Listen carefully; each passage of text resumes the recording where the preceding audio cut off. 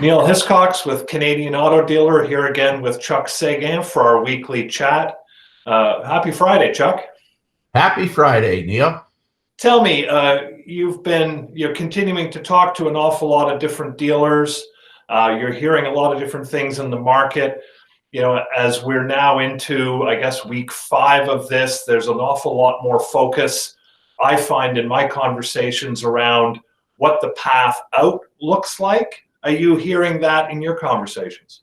Yeah, the tones have changed. There still is the concern, no question. There still is the cash flow that we've talked about, and dealers are developing their go forward plan based on their cash capability. But it's the uncertainty of what it's going to look like. What rules are dealers going to be under?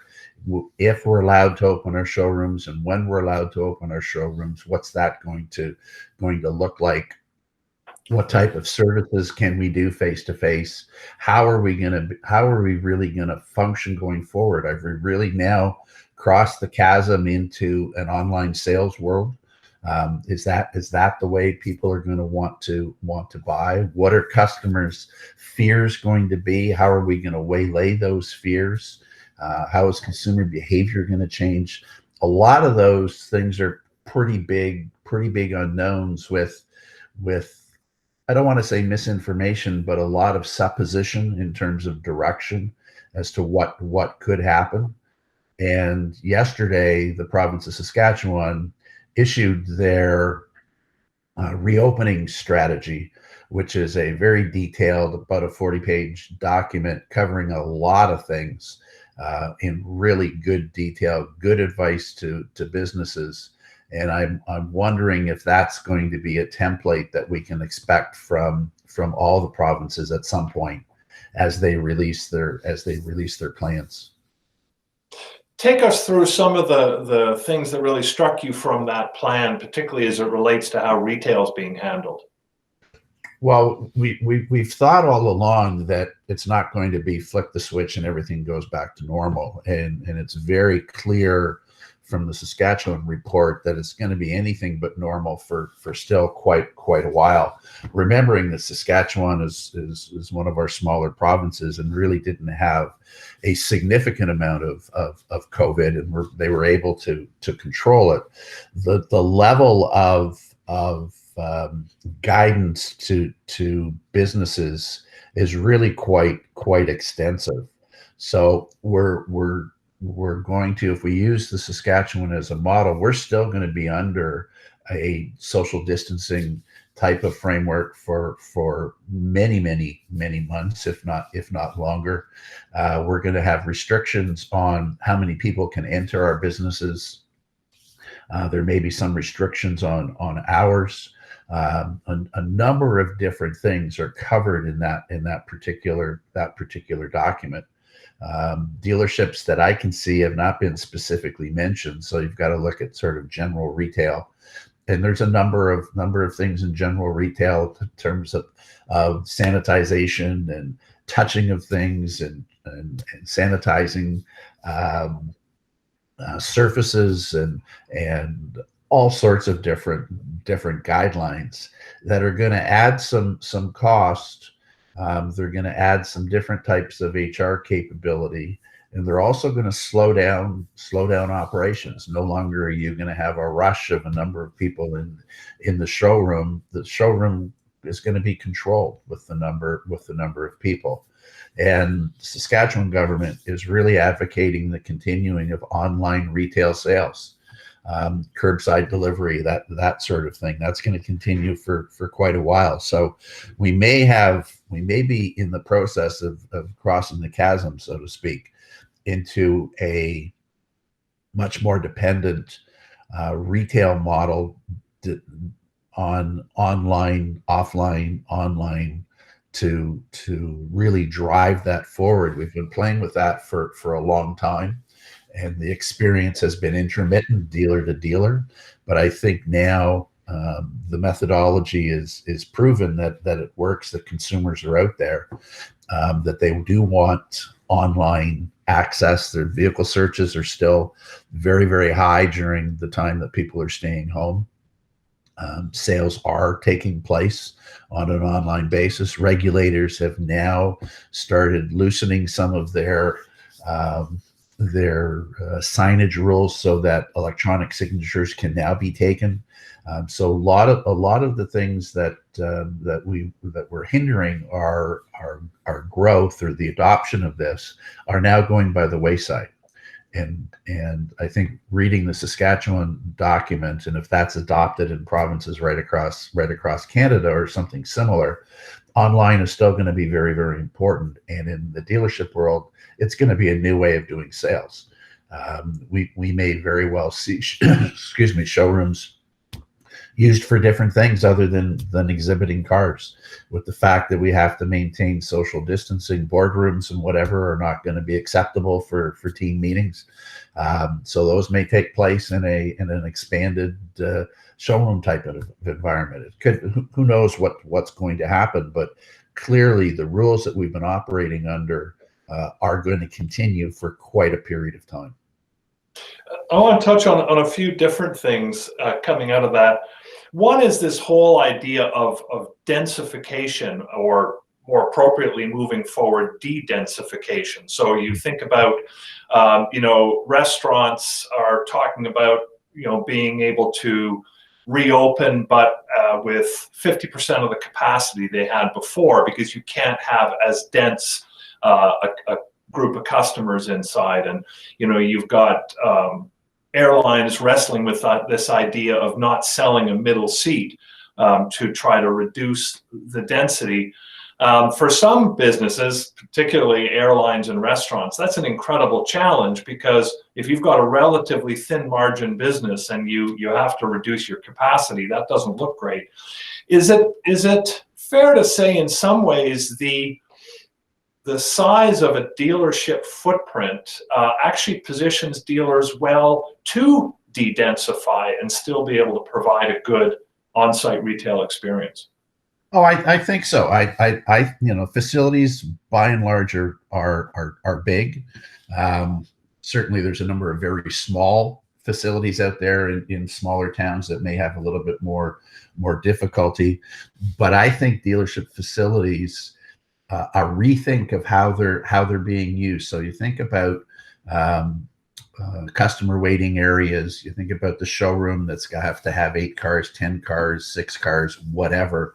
And typically there's very little space between. They jam as much as they can in the showroom. I think the showroom might have 1 or 2 vehicles in it. It may be maybe become an internal view rather than a customer view. So it may be spread out sales desks. It could be a boardroom in the center of the meeting room in the center of the showroom with chairs, social distancing, and all that sort of stuff. Meetings are going to have to take place. Communication is going to have to take place. It's still going to have to be part of the business. You can't get around that. But how are you going to do that in the facilities that you've got? And one of the things is most dealers have pretty good space in their facilities. So I can see that being used creatively and differently. Privacy could potentially be an issue, but if we start getting into a situation like Saskatchewan is recommending, with a controlled number of people entering a building at a specific time, you may very well be able to use those showrooms differently, and that could very well be one of the changes that comes out. It strikes me that way, because I think when I compare the footprint of a lot of car dealerships to other businesses, I actually think they really are well positioned to de-densify. The challenge in a lot of ways, it probably has to do more with the timing of customer arrival, which to me points to a much more appointment-based customer management on both the service side and the showroom side, where it's not just showing up, but it's really having that appointment so you can manage the flow, which is certainly going to be a change, and it means training a customer. But in some respects, it may help. The customer's probably more willing to undergo that training process as a result of this than they ever have been before. And when you think about, the crush of customers at 8:30 in the morning at a service advisor counter, and how the industry has for years wished you could smooth that out, through the day, this may help achieve that. And in fact, if you get a combination of, much more rigorous appointment systems, a customer that's more willing to do that, and to a degree, potentially customers that have more control over their ability to work at home, meaning they also have more flexibility in terms of when they come in, it could actually be a pretty positive picture overall for a car dealership. Well, you've hit the nail on the head, as we talked about before. It's about training the customer a different way, and many businesses. I've often talked about influences of general retail on dealerships, and things like going to the liquor store. In our little town here in Tiny, it's called Tiny. It's actually a real name. They want you to call in. They want you to come to the door, dial their phone number, say what you want, and they'll bring it to you. They don't want more than 2 people in their store at any one time. And the first little while, and lining up outside grocery stores and all that sort of stuff, people are now, I think, becoming a little bit accustomed to, okay, that's the way we have to do things. And so at home, you're calling the liquor store and picking it up. The same way that the consumer behavior is changing with everyday retail, it's going to change for dealerships. So appointment only makes a ton of sense, not just for fixed operations, but for new and used vehicles. Or if there's a walk-in, there's a number at the front door. They call. It's in effect making an appointment at the time, and if there's anybody available, they can deal with that.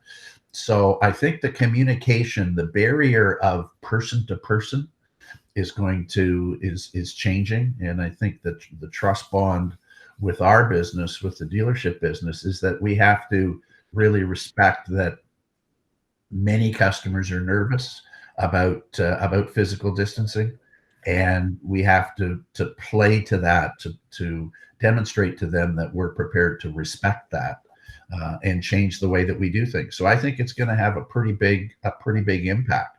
But when you go to a restaurant that used to have an 80-seat capacity, it's now got a 40-seat capacity. At the golf course, which I'm the president of up here, where you have to go to 20-minute tee times is what Saskatchewan is recommending. One person on a cart. A number of different things that are going to affect their everyday lives are going to have an impact on what they expect from a dealer. And I think we're in a position now where we can proactively train our customers to do business in a way that makes sense for us, so we can be proactive instead of reactionary. And I think once we figure out what works in our physical plant, and we let our customers know that that's the way it's going to be our business model going forward, we're going to be able to then do that profitably. Because right now, dealers are struggling with the idea of how do I remain profitable, or how do I regain my profitability with the limited amount of work that's going on. I used to have 50 employees. I've now got 12, and I maybe am going to bring back 10 over the next little while as business begins to improve, but I may never have 50 employees again. My processes might change. I might lean up my business to match what how I can control the customer. So it's almost getting away from that free for all. We're going to do anything for everybody whenever we can, and saying, this is how we're going to do business. We want your business. We want your trust. This is how we're going to do it. So work with us. And I think they're going to get that. Consumers are going to get that message in every walk of life. So it's a good time to put those in place now, so that when we do begin to loosen up and reopen hopefully in the next month or so in some places, that in fact the business model works with our profitability model. Yeah, I completely agree. I think that makes a ton of sense. And I really think some of the things that have been such a challenge at the retail level for a long time, having to have product advisors on the floor for really extended retail hours because you simply had to be able to be there when somebody might come in. And that has also led to things like it contributes to the challenge of product advisor turnover, things like that. I think there's an opportunity to address a lot of this stuff. And I think the customer will be much more accepting because you're right. They're going to be seeing it across all facets of retail. And frankly, they're going to be demanding it. I just have to touch on it. I probably shouldn't, but it's great to hear you're the president of a tiny golf course. It does have 18 holes. If anyone's looking to get in a quick round, go to Chuck's course. No, it's a 3.5 hour round. So. One of the things that strikes me, so certainly from a homework standpoint, if dealers are looking to sort of, how do I innovate? Where do I put some of my innovation focus through this time? And where do I put some of my training focus through this time to be ready for that next stage? The whole appointment piece, I think, is a really good one. I mean, we still see things where, there's a bit of a broken chain in some instances between the, booking a service appointment on a dealer website and then, showing up and having the awareness of that appointment at the other end. So I think the whole appointment setting piece and training staff through a new process is a really good one. One area that I think is going to be really interesting to explore in this is the whole notion of test drives. And I know in our own office, we're spending a lot of time thinking about how video and interactive tools can start to be used for a virtual test drive where you may have a customer who's actually not comfortable coming in for a test drive, but that's going to be a whole other area that's going to need some focus in terms of, assurance that a vehicle is sanitized, assurance that, a customer is going to have a safe experience so that they're willing to take a test drive. Yeah, and test drives will be different. I believe the concept of money back guarantee is going to become more prevalent just to get the consumer trust. That was already beginning to happen before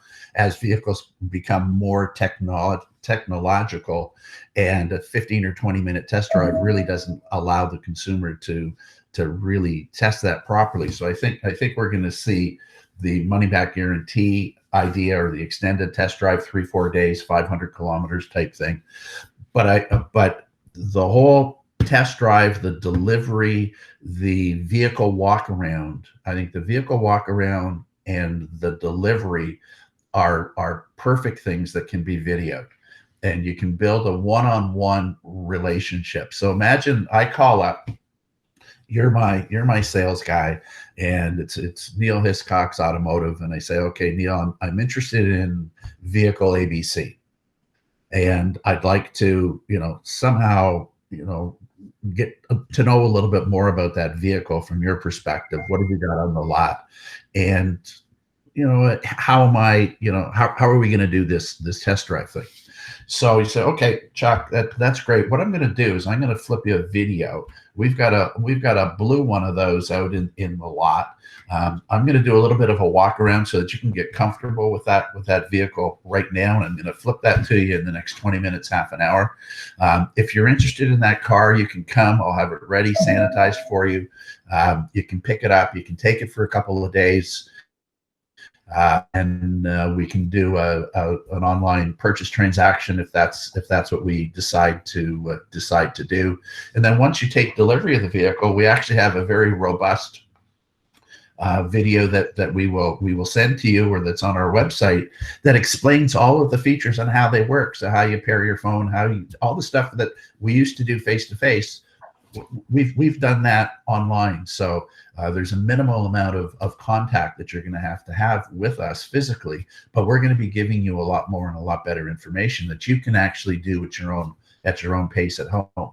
So that's the way we're starting to do business now, Niel, and that's the way it's going to be. Yeah, it's certainly what we see at our end, and a lot of what we're looking at and investigating in terms of the most sort of cost-effective ways to produce all of that stuff. And it becomes an interesting part of the discussion that's also very much part of the world we live in, where, on the one hand, at the retail level, you want to be able to differentiate your customer experience, but at the OEM level, there's a real push for brand consistency and compliance. And as things become more video based and more sort of remote delivery of content, that little tug of war in terms of the content creation starts to become a pretty significant consideration too, and we're part of a lot of those conversations. Talk a little bit about just back to the Saskatchewan program. Some of the other things that struck you, coming into this, in no small part thanks to the lobbying on the part of CADA and the provincial associations, dealerships were able to be designated as an essential service. So they were treated differently than the rest of retail. Sounds like they're going to be treated in the rollout plan you talked about more like the rest of retail. What are some of the other implications of that?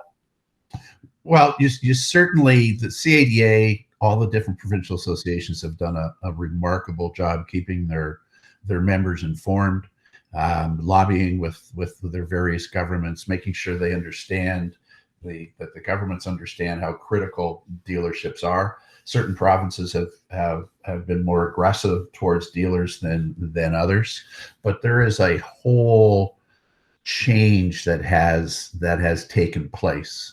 And I think we're going to get to a point of much more commonness, if that's even a word. It is now retail processes going forward. So the yin and the yang you talked about between the manufacturer and the dealer, it is going to be very much about, and has been for a while, about the experience. So how is it going to be different in your store from my store? And that's going to be based on the type of customers I have, the location that I am, the brand that I represent. But there's always been, the factory tries to tell dealers what they should do. But when you get down to an individual salesman with an individual customer, that conversation can go a whole bunch of different ways. So it's very difficult to control that. This will, I think, put more consistency into the brand message that goes out, allowing at the same time, allowing for the dealer to have their individuality, their own personality in dealing with their own marketplace that they do day to day. So I think it's going to actually be a bit of a flattening, and that love-hate relationship that's happened is definitely going to be, I think, is going to be addressed to some extent by this. I can see brands and dealers working closer together. I can see brands wanting to ensure that their experience is the right experience. I can see dealers wanting to make sure that, if I happen to be in small town Saskatchewan or downtown Toronto, there's two very different approaches to the customers, and each will be able to deliver their own approach. I think it's going to be very, very flattening in the whole piece. The other thing that this pandemic has caused is that there's online sales taking place all over the country, regardless of the size of the dealership and where they're located. So the fact that some of these initiatives that 6 months, a year ago, were thought that they were only going to happen in large cities, I think are now permeating right across the country. And I think we're going to see a bit more consistency in that. Yeah, that makes sense. One thing that strikes me as we do sort of try to look ahead and see where opportunity may be, where threat may be, strikes me that the new car dealers' share of the used market could be favorably impacted by this, because a consumer's willingness to, frankly, even take a test drive in or purchase privately a used vehicle, they may be much less willing to, as opposed to, whether it's a CPO vehicle or not, getting a vehicle from someone that you at least know has properly sanitized it. Yeah, it's going to become a competitive advantage simply because we have structure, we have scale, we have process, and we have availability to get our message out. So when you look around, even Aurora, where you and I hang out an awful lot, there's probably 20, 30 independent used car lots up and down Yonge Street going up to Bradford and whatever that have a very different feel. You know, some of them look a little bit shady, some of them look pretty professional, but by and large, now as a consumer, I'm going to be where health and safety now is a bigger selling feature in my mind. I'm going to turn to the guys that are providing that comfort to me, that are building that trust.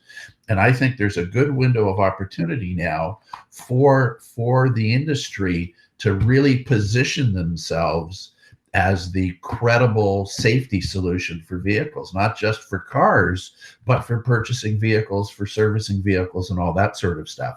And that's going to play very well into the fact, along with the complicated vehicles. So vehicles now are very much technology. As we move into electric vehicles, an awful lot of technology.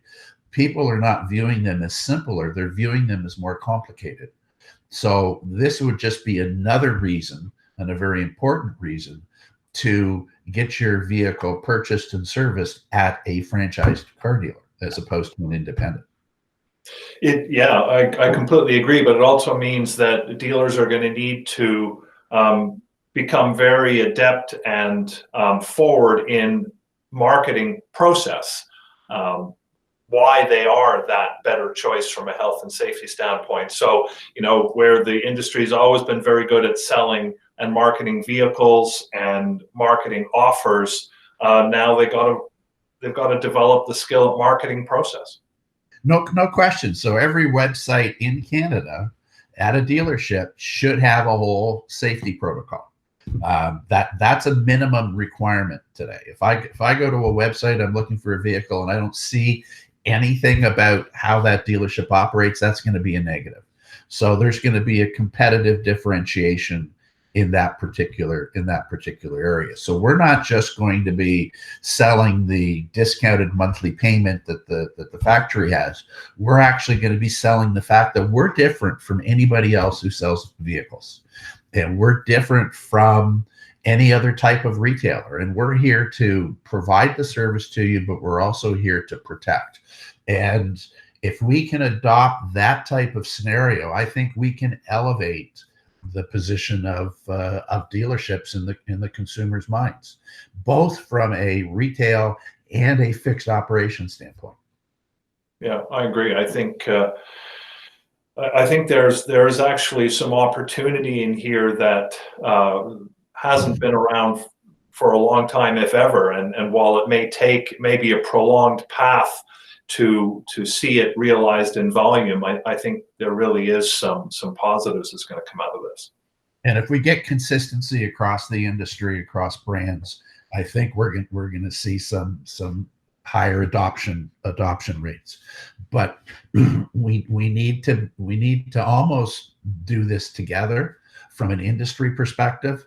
But as an individual business, each dealership has to go over and above in order to make their customers in their local community the same way that they have the community focus with charitable contributions and charitable activities and giving of vehicles. We have to have that same sort of passion about community for health and safety. Yeah. And that is going to drive business in our direction. Well, I think about, over the last couple of years, I've been at events on both sides of the border where, when the topic of the reduced maintenance around some alternate powertrain vehicles, as a go forward concern for dealers, how do dealers address that? And at a number of different sessions, the answer sort of was, hey, we have to increase our penetration of the service business outside the warranty period, where at this point still most of that stuff goes to the aftermarket. Health and safety seems like a fantastic opportunity to actually start to change that graph. People are scared. People are changing their behavior There's a certain segment of citizens that are still controlled and doing whatever they want, and they think this is a bunch of bunk. But the vast majority of people are now going to change their personal behavior around certain things. So they're not going to go shopping for groceries every day. They're going to go once every week, once every 2 weeks. They're going to get deliveries. They're going to do a number of different things. Their electronic shopping is going to be online. Are you going to go to a clothing store that's sort of wide open and everybody is touching the clothing? Are you going to want to touch that? Are you going to go into some of these mass retailers where they've just got bins and bins of stuff and dive in? No, those days are over. That type of thing is going to change consumer behavior in a huge way. And dealerships are in a position to make that transition in automotive so that you are the first source that consumers think, as opposed to the last. And you're not viewed as price gougers, you're viewed as responsible business people. So I think we've got a very short window, but a really solid window into changing the perception. But we have to be consistent, and we have to be genuine in what we do. So we have to really walk the talk. Totally agree. I think that's a really positive point and urgent point to stop on for this week. I appreciate you coming out again for our Friday chat. It's great. I'm enjoying these and enjoying talking to dealers right across the country and learning their different perspectives. You know, you hear it all the time. Everybody's different, but everybody is different. They look at their own situation. They look at their own business and what makes sense for them, and they're trying to disseminate from the myriad of information that they're getting from the news and watching the states and hearing that, you know, other provinces might be doing something different, and what's it mean for me. We're right down to the what's it mean for my business, and what am I going to need to succeed going forward. And it may not be the way you did it a month and a half, 2 months ago. Yeah, makes sense. Yeah. Alrighty, sir. Look, I hope you have a great weekend, and I hope you get onto your tiny golf course. not for a while yet. No, I know. We have many weeks before we're going to be allowed to go. Yeah, I think that's true. Alrighty, sir. Take good care. Thanks, Neil. Have a good weekend. All right. Signing off.